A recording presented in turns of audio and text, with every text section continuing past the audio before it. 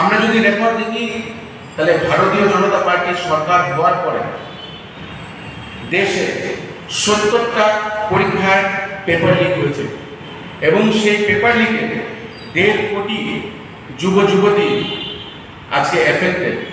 1.50 crore student, total 70 exam papers have leak, যেটার মধ্যে উত্তরপ্রদেশেই খালি 35টির বেশি পেপার লিক হয়েছে।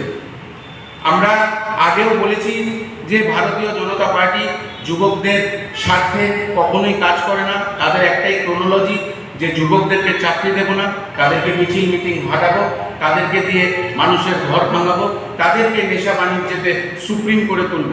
যখনই চাকরির কোনো রকম লিঙ্ক বেরায় বা চাকরির ভুয়ো অ্যাডভার্টিজমেন্ট তারা দেয়, চাকরির পরীক্ষা নেওয়ার পরে তাদের নিয়ম হয় না।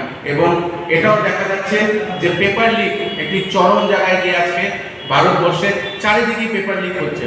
আমাদের রাহুল গান্ধীজি বলেছিল আমাদের যুব গ্যারান্টিতে যে যদি ইন্ডিয়া সরকারে আসে তাহলে সবচেয়ে প্রথম যুবকদের জন্য উনি পেপার লিকসে মুক্তির এই গ্যারান্টিটা দেবে।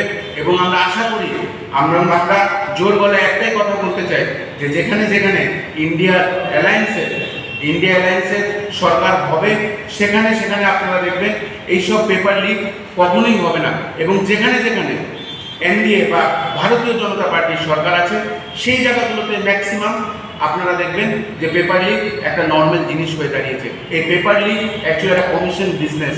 এটা মানুষ, কিছু সংখ্যক মানুষ সেই পেপার বিক্রি করে পয়সা বানিয়ে নিচ্ছে, কিন্তু হাজার হাজার যুবক যুবতীর জীবনকে নিয়ে এইভাবে ছিনিমিনি খেলা হচ্ছে।